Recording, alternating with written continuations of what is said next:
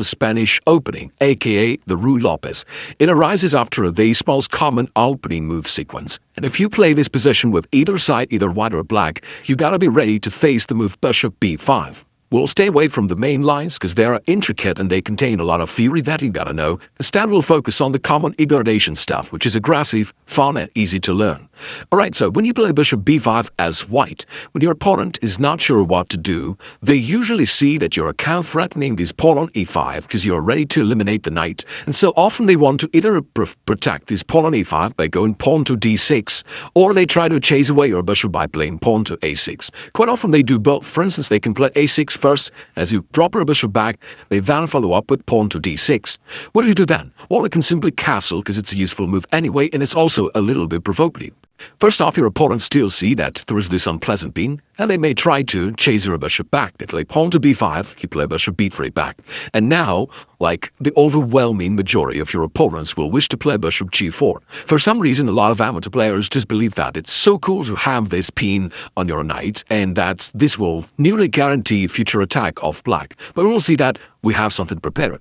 So first off, I always recommend that you play pawn to h3, just to make sure that the bishop decides what exactly he wants to do. Does want to take, just want to go back. In most cases, they will go back. If they take, it's not probably play queen to f3. You're actually threatening this checkmate if one. Your queen is active, and generally speaking, bishop is a little bit stronger than a knight. You can then play pawn to c3 so that he can never jump there, and you just have a great position. But in most cases, they will instead drop their bishop back to maintain this pin. And here, when your opponent thinks that life's good, you shock them by the move knight takes c5. And that counts as a complete shocker, as unlike the normal illegal checkmate, that's actually something different. So, what's the catch here? Well, you sacrifice your queen. And it's actually going both ways, therefore he has to take her queen or else you'll take his bishop. So after he takes her queen, you then play bishop takes f7, check to the king. There's only one move where it can possibly go to, so king goes to e7, and now knight takes c6, you rock. It's a royal fork, so you rock. Now, the king has to move. Now you take on d8, it's check once again. Therefore, they have to recapture, and as a result of this massive trade-off, we have two extra pawns in endgame, and therefore that is a technically winning position. If they don't play the move bishop g4, which as we now know turns out to be incorrect, they can play a more solid-looking move knight f6, and that is indeed a good move for black. Still, there are some common attacking patterns and traps involved here. There are actually two ways for you to go about this. You can play in a more solid style, just play c3, which is a usual move of the Ruy Lopez opening. You are getting ready to play d4 on the next move and put your pawns in the center of the board, thus gaining some space advantage and a nice position. Some of your pawns will see that actually this pawn e4 is hanging, and they'll just go ahead and grab it. They'll expect you to play something like rook e1, and they're ready to drop their knight back, but instead of all that, you surprise them with bishop to d5, and you're just attacking way too many pieces across this diagonal, so you're going to be winning something. Besides the classical c3 and d4 plan of the Ruy Lopez opening, you can also switch it to the freilever attack with knight to g5. And that's something that will confuse a lot of your opponents, because you're not playing the Italian game or the two knights game where they expect you to go for this attack. You instead play the Ruy Lopez. But since your bishop relocated back to this diagonal, it's actually become very similar to the Italian game, and therefore it can go for this freilever attack against this pawn. Now, how do they know it's a wrong arrow there like this? So how do they defend it? You're attacking all these squares, it's not easy.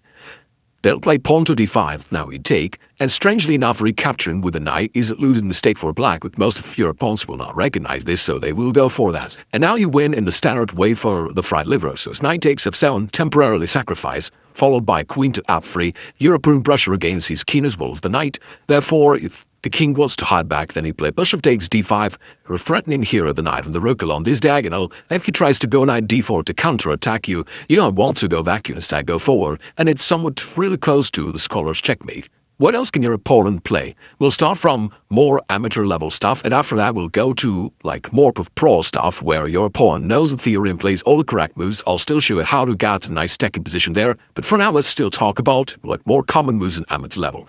Again, your opponent sees that you're putting pressure against his center, against his pawn e5 in particular. He might wish to just defend it by playing pawn to d6. Looks simple and solid, but then he's exposing his king, and therefore this knight is getting pinned, and you can take advantage of that by striking the center right away. d4. Now you are threatening either to take or to push forward. Once again, this bishop is putting pressure. They'll usually recapture. You recapture with the knight, attacking this knight twice. They defend it, and then you just develop. Now, here your opponents will often see that if there is some unpleasant pressure that you are putting here, they'd wish to trade off some pieces to make their life easier. So they go for this, knight takes, queen takes, then they trade bishops. And now it feels like black's position is completely secure, and the most common move by black is knight to f6. Strangely enough, this move turns out to be a losing error, because you can strike back with the move pawn to e5. And this central breakthrough just wins the game. Like you attack here, plus your knight is putting pressure there just as well your queen. And if he takes there after a queen takes e5, that's a double attack to this king as well as the pawn on c7. And after they cover their king anyhow, you then play knight takes c7, check to the king, and then you trade queens, and on the next move you're going to win the rook in the corner, getting the winning material advantage.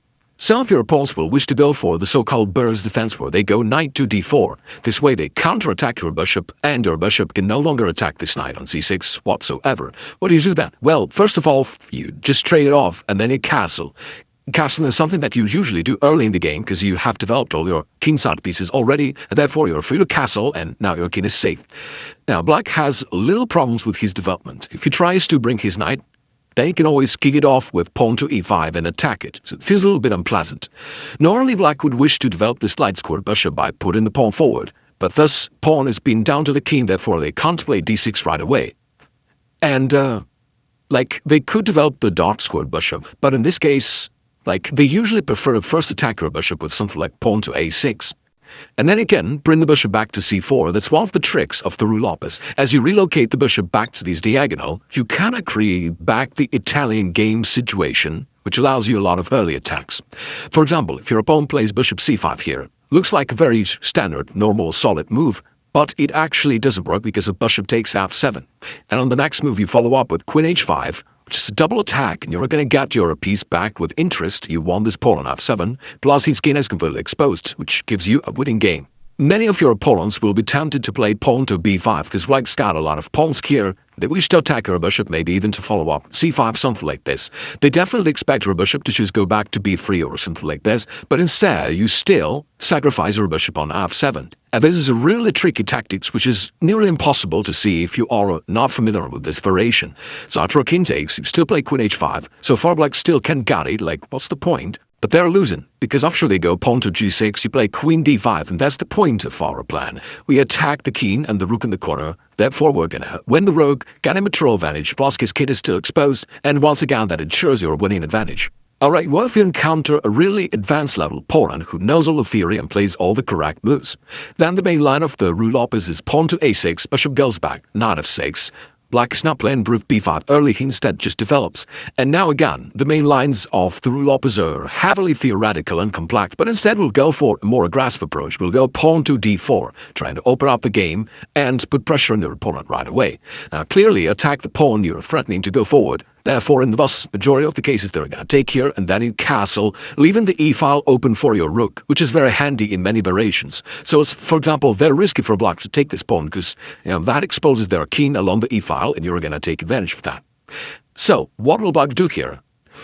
Well, they have some problems. This pawn on e4 is ready to go forward and chase away this knight, which feels unpleasant.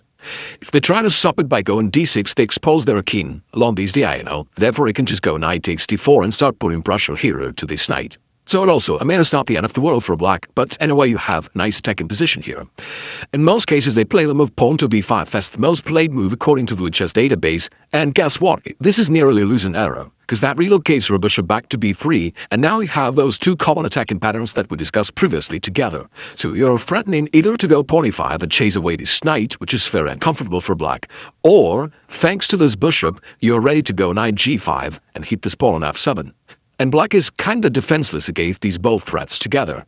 In those cases they go bishop c5, getting ready to castle, which prevents the rook move knight to g5, because now he'll want the efficient, he will simply castle, but e5 remains to be very strong. And what can he do now? He doesn't want to undevelop his knight back to g8, that's just very passive and you'll continue attacking. Knight e4 puts this knight in a very dangerous position, here in the center of the board, because you see that there are no squares where it can possibly go to. Right, this square is taken by your bishop and knight, therefore there is no escape square. You can just play something like queen e2 and attack this knight, usually even just winning. In most cases they will go knight g4, because that looks like the only normal square for the knight, and it potentially attacks this pawn on e5, although probably not right now, because again his king is standing there, so you can always put your rook on the e-file and attack everything that stands there. There are many ways for you to attack here, like the most solid way for you is to play pawn to c3, pretending like you just want to take here and attack his bishop, and as he captures that clears the d-file for a queen, all of a sudden you go forward with this all-out attack queen d5. That creates the threat to the epsilon pawn, but also to the bishop on c5. And after a queen e7, you can just recapture the pawn, and your position is so strong with so many threats, and black's pieces are like really awkward, and with so many weaknesses all around. Like this knight is pinned down to the rook. This bishop on c5 is kind of hanging, you're threatening knight e4, potentially going after this bishop. You're ready to go bishop g5 to chase away this knight. This queen, you're putting pressure on this diagonal. Like this knight is also misplaced. Like kind of everything is wrong for black. If he tries to castle, you can then go bishop g5, and now the queen has to move, and after that, he just can get this bishop on c5, which is no longer defended, and black's position falls apart. So what's the correct way for black? Indeed, black should be like really careful here and play most solid moves ever. So after they take here on d4, you castle kingside. Instead of b5, which is nearly a losing error, they gotta play bishop e7 and try to castle as quickly as possible, and then they ensure they're safe. You still play pawn to e5 just to gain a tempo. And after the knight goes forward, in this case it is safe for black to do that because the knight cannot be trapped, it can escape through this square. Then you can just get back your pawn on d4, and after all, that's just an equal game. If black does something normal, if they take here or if they castle, that's approximately normal equal middle game position. And that's fine because, you know, chess is a draw if both sides play correct moves, but in reality both sides play incorrect moves consistently, and that's what makes chess fun. So what if your opponent decides to take this pawn instead? Looks kind of a juicy pawn. Looks like black's king is now really well defended and black has nothing to worry about. But in this case, that's still wrong because you can go rook e1. And even though you're not going after his king, you're going against these two knights. You're kind of skewing them. You're going to win one of them. Black can't even play pawn to d5 because this pawn is pinned. Like a little nuance that actually does not help black to just play d5 and feel good. Similarly, they can't play f5 because your knight controls this square. So they have to actually just give up one of these knights. So let's say they go knight c5. The only attempt to save a piece is to counterattack. Then you take their knight, they take your bishop, and for a second it feels like black is cool. But then you play knight f5, and it turns out that you still win a piece along this e-file. Thanks to the knight attack, and the bishop is pinned, there's nothing they can do. So they usually try to simply castle, at least to put their king to safety. Then you take on e7, check to the king goes to the corner, and now first of all you're up piece already, therefore that is generally speaking already a winning advantage. But the cool thing is that you can play queen h5. Now you have a bunch of pieces near the opponent's castling position, and all of a sudden black can't stop your winning attack. And by the way, here's a little question for you. What if black goes pawn to d6? How will you finish white's attack here? If you can find it, please let me know in the comments below.